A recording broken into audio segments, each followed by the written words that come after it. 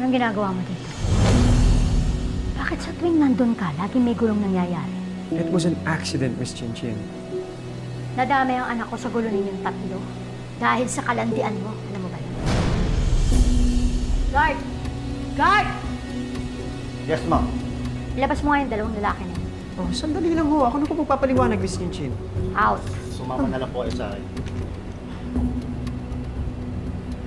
Napakalandi mo. Bakit? Hindi ka makontento? Mauubusan ka ba ng lalaki? Kaya papalit-palit ka ng boyfriend? From Josh to Sean at ngayon pati ang anak ko si Anton? Hindi ho totoo yan, Miss Chinchin. Siguro nung nalaman mo na anak ko si Anton at tanging tagapagmana ko, kinapita mo na parang toko. Kasi may ambisyon ka na maging prinsesa ng Maka, ganun ba?